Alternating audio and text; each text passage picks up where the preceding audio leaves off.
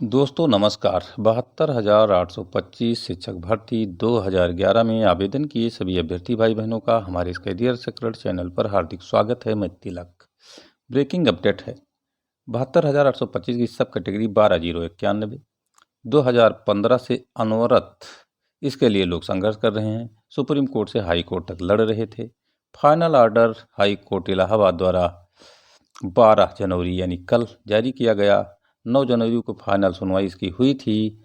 अनुच्छेद 32 के तहत सुप्रीम कोर्ट ने परमादेश जारी करके और हाई कोर्ट को इसे सुनने के लिए कहा था। अनुच्छेद 226 के तहत यानी मूल अधिकार के तहत याचियों ने याचिका डाली थी और कुल 30 रिटें पड़ी थीं और विनय कुमार पांडे की लीडिंग रेट थी।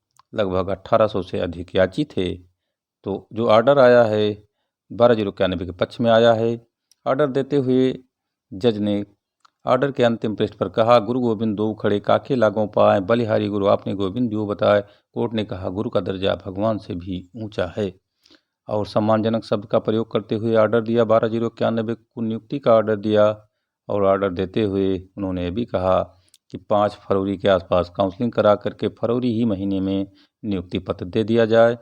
और उसके बाद उन्होंने यह भी कहा कि इसके लिए एक नया विज्ञापन निकालना चाहिए और वो विज्ञापन 22 जनवरी से 25 जनवरी के बीच निकलना चाहिए। इस तरह का ऑर्डर आया है और ऑर्डर कुछ अस्पष्ट है और कुछ अस्पष्ट है और जो अस्पष्ट है उसका विवेचन उत्तर प्रदेश बेसिक शिक्षा परिषद के अधिकारी व प्रदेश के विधिक अधिकारी करेंगे। शिक्षक भर्ती 2011 में रिक्त 12,091 पदों पर काउंसलिंग कराने का आदेश, जैसा कि आप इस समाचार पत्र में भी देख रहे हैं, 72,825 शिक्षक भर्ती का मामला हम आपको बता दें कि जब 54,000 पद भर गए थे तो सरकार ने कहा हमें योग्य अभ्यर्थी नहीं मिल रहे हैं। उस समय क्राइटेरिया देते हुए सुप्रीम कोर्ट ने कहा था कि 105 जनरल और 90 आरक्षित वर्ग के लोगों में से आप छांटिए कि कितने योग्य अभ्यर्थी आपके पास हैं। तो सरकार ने प्रत्यावेदन मांगा और प्रत्यावेदन देने के बाद लगभग 76,000 लोगों ने प्रत्यावेदन दिया कि हमें नौकरी नहीं मिली है और हम इस कैटेगरी में हैं। तो 12,091 को उन्होंने शॉर्टलिस्ट किया कि ये योग्य हैं, तत्समय जिलों के कटाव से ऊपर पाए गए, इनको हम नियुक्ति दे सकते हैं। इस तरह से सरकार ने कोर्ट से वादा किया और कोर्ट ने तभी कहा कि 6 सप्ताह के अंदर इनको नियुक्त करके भर्ती प्रक्रिया पूरी कर लीजिए।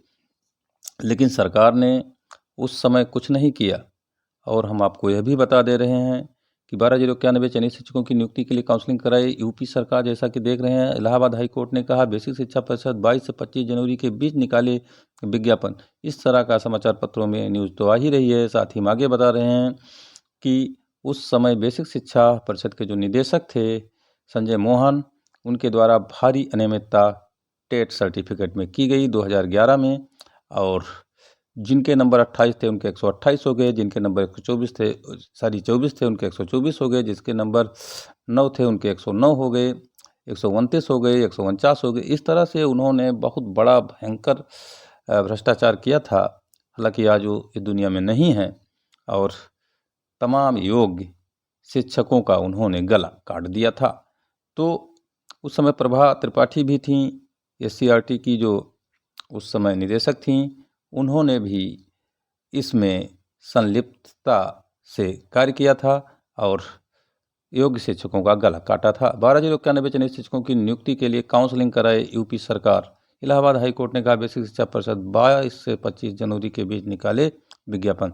तो हम आपको बता दें कि 22 से 25 के बीच जब सरकार विज्ञापन निकालेगी तो जो भी अस्पष्ट आदेश दिख रहे हैं वो सारे क्लियर हो जाएंगे।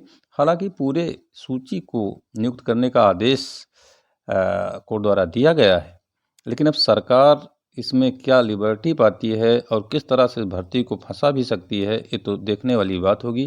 हालांकि 12,091 का पक्ष बहुत मजबूत है। अगर सरकार लीपापोती करेगी तो 12,091 DB यानी डबल बेंच में जाने का कार्य करेंगे और उसके बाद सुप्रीम कोर्ट तक लड़ाई लड़ सकते हैं। इसलिए उनका जो लाइफ लाइन है वो बन गया है। शिक्षक भर्ती के बचे 12,091 पदों पर काउंसलिंग का आदेश। 12 वर्षों से लंबित विवाद के समाप्त होने की उम्मीद, फरवरी तक परिणाम जारी करने को कहा। इस तरह से समाचार पत्रों में तमाम खबरें और सुर्खियां आप देख रहे हैं और इस तरह से 12,091 की मैंने मेन बात तो बता ही दी कि 23 से और 22 से और 25 जनवरी के बीच विज्ञापन निकलेगा और फरवरी के प्रथम सप्ताह में काउंसलिंग की प्रक्रिया निपटाएंगे और फरवरी के अंत तक नियुक्ति पत्र दे देंगे और स्कूल आवंटित कर देंगे। अब देखना यह है कि जो बची 6170 सीटें हैं, क्या उसके सापेक्ष नियुक्ति देते हैं या पूरे 12091 को नियुक्ति दे देते हैं। नियुक्ति तो इनको देना ही पड़ेगा। और हम यह भी बता दें कि 12091 की जो संख्या है वो अब उतनी नहीं रह गई। अभी एक आदेश और आया है एक समाचार पत्र में कि 72,825 शिक्षक भर्ती में रिक्त 6170 सीटों के सापेक्ष 12091 की लिस्ट में शामिल अभ्यर्थियों को काउंसलिंग कराने का आदेश जारी हुआ है। गौरतलब है कि सूबे के सबसे विवादास्पद भर्ती 72,825 शिक्षकों के चयन हेतु पहली बार टेट परीक्षा 2011 में आयोजित किया गया था और आज तलक विवादों में उलझता रहा। रामप्रसाद विश्वकर्मा की याचिका माननीय सर्वोच्च न्यायालय ने अनुच्छेद 32 के तहत सुना और मामले के निस्तारण के लिए माननीय उच्च न्यायालय के अनुच्छेद 226 के तहत सौंपा गया था, जिस पर मशहूर अधिवक्ता अशोक खरे ने अपनी बहस का लोहा मनवाते हुए उच्च न्यायालय के काउंसलिंग कर नियुक्ति का मार्ग प्रशस्त कराने में मुख्य भूमिका अदा की। इस केस के मुख्य याचिकाकर्ता रामप्रसाद विश्वकर्मा, यशवंत यादव, विनीत राय ने हमारे संवाददाता को बताया कि हम 8 वर्षों की लड़ाई में यह सुखद अंत पाए हैं। तो हम आपको बता दें कि जो 12091 की लिस्ट बनी थी वो आप देखिए, उस समय इसमें लिखा था कि माननीय सर्वोच्च न्यायालय के आदेश पर और इस रिट याचिका के संदर्भ में इन लोगों की लिस्ट बनाई गई है जो तत्समय जिले के कटाव से ऊपर थे और 12091 ऐसे योग्य आहर अभ्यर्थी थे जिनके लिए नियुक्ति का मार्ग प्रशस्त करना था। लेकिन सरकार ने आनन फानन में सीटों को भर करके और क्लोजर रिपोर्ट सुप्रीम कोर्ट में लगा दी और उसके बाद सरकार ने कहा कि हमारी सीटें भर गई हैं। उस समय चूंकि कोरोना काल आ गया था और जज यू ललित ने उस क्लोजर रिपोर्ट को मान लिया और कहा कि भर्ती ठीक हुई है। लेकिन अनुच्छेद 32 के तहत फिर लोग कोर्ट गए थे और उसके बाद आर्डर हुआ, हाई कोर्ट ने ये फाइनल आर्डर जारी कर दिया है। अब चूंकि फाइनल आर्डर में अब विज्ञापन 22 से 25 जनवरी के बीच में निकालना है, साथ ही साथ फरवरी के फर्स्ट सप्ताह में काउंसलिंग कराना है, फरवरी के अंत में नियुक्ति पत्र देना है, ऐसा आर्डर हो गया है। सरकार मंथन कर रही है, सरकार गहन विचार कर रही है। अब देखना है कि सरकार इस पर क्या निर्णय लेती है। क्या 6170 रिक्त सीटों की सापेक्ष नियुक्ति करती है या 12091 टोटल को नियुक्ति दे देती है, फिर कटाव का कोई झंझट नहीं फंसाती।